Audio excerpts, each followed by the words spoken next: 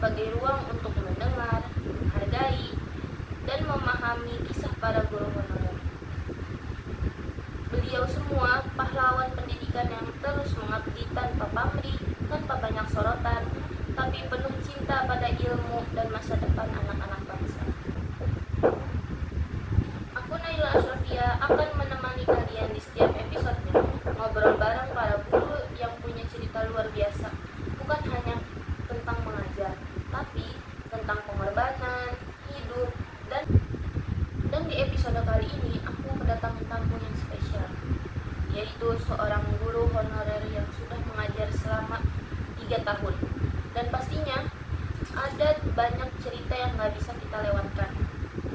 Yuk mari kita sapa bersama-sama Ibu Sakinah. Oke, di hadapan kita sudah ada Ibu Sakinah. Bagaimana Ibu Sakinah, apa kabar?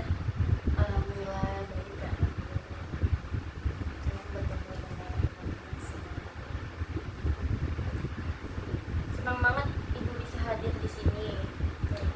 Ibu boleh sedikit cerita sudah berapa lama Ibu mengajar sebagai guru honorer? Masih dibilang belum lama ya. Terjun di dunia pendidikan. Saya kalau nggak salah 23 tahun Kak. Yang ajar. Wow, 3 tahun itu waktu yang nggak bisa dibilang cepat, tapi nggak lama juga.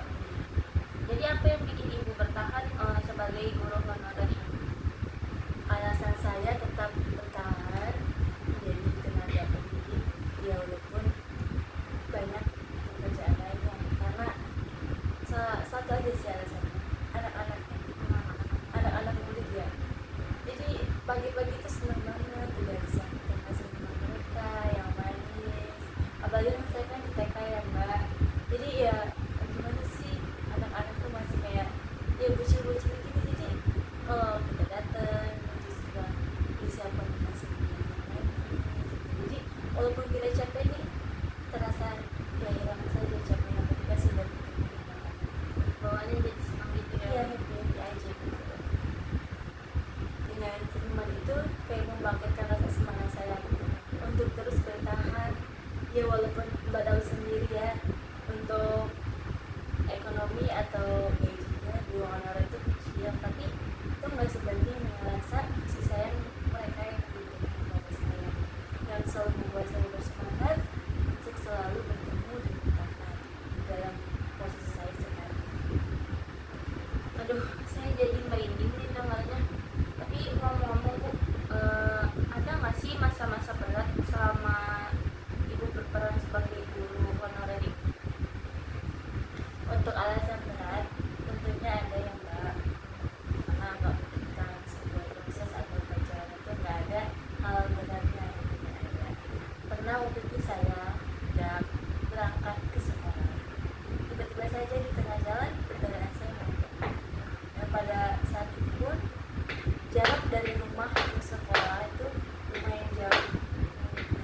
Pada akhirnya ya saya dorong motor itu loh, karena kan di jalan juga nggak ada bengkel, terus kalau saya mau pulang lagi ke rumah juga kayak nanggung banget gitu ya, kasihan juga anak-anak kalau saya nggak datang, pasti mereka itu belajarnya sama siapa, itulah sama siapa, jadi saya banget itu saya terus lanjutkan dengan mendorong motor sampai ke sekolah.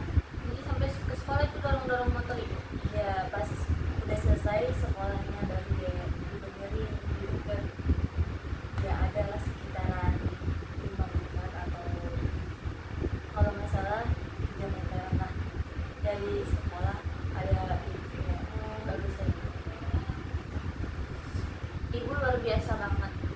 Jadi apa sih yang sebenarnya kalau boleh jujur tuh yang Ibu harapin dari pemerintah tuh apa? Ada apa enggak? Harapan bagi pemerintah ya untuk guru-guru honorer, terutama saya, sebenarnya dari saya sendiri tuh nggak banyak harapan ya Mbak, tapi mungkin setelah saya telusuri banyak berbicara dengan guru-guru honorer yang lain, harapan kami cuma satu sebenarnya, nggak banyak, cuma hanya ingin dihargai dan kami ingin dianggap ada di dunia pendidikan.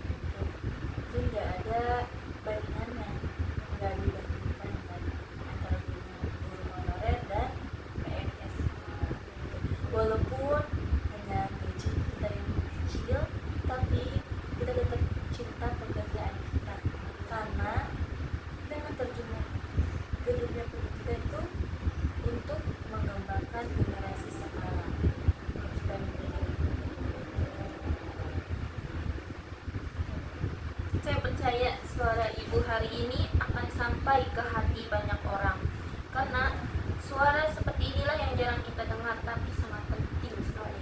Iya benar, sangat penting.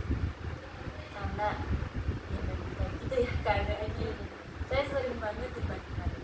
Tapi untungnya di lingkungan saya mengajar kita sejak sekarang jadi sama-sama guru kemarin. Jadi kita agak membagikan kita tetap kerjasama untuk membangun sekolah yang damai, terus menumbuhkan generasi yang berkualitas. Itu sih Pak. Baik, terima kasih banyak sudah meluangkan waktu untuk datang di podcast saya ini dan sudah memberikan sedikit ilmu dan tambahan wawasan supaya kita memiliki wawasan dan pengetahuan yang lebih luas lagi. Oke, terima kasih juga Mbak apa ya, saya sudah diundang untuk datang di podcast hari ini. Jadi persilakan untuk mengeluarkan suara hatinya, walaupun itu hanya suara hati kecil. Gitu Mbak. Terima kasih banyak sekali lagi Ibu Iya, Sakina. sama-sama, Semoga kita Mbak. bisa bertemu lagi di lain waktu dan kesempatan. Baik teman-teman, tadi itu obrolan kita bersama Ibu Sakina. Semoga kisah beliau bisa jadi cermin dan bahan untuk renungan untuk kita semua. Bahwa di balik papan tulis dan kapur putih ada perjuangan yang luar biasa. Terima kasih banyak sudah mendengarkan podcast Mengabdi Tanpa Batas. Sampai jumpa di episode selanjutnya. Wassalamualaikum warahmatullahi wabarakatuh.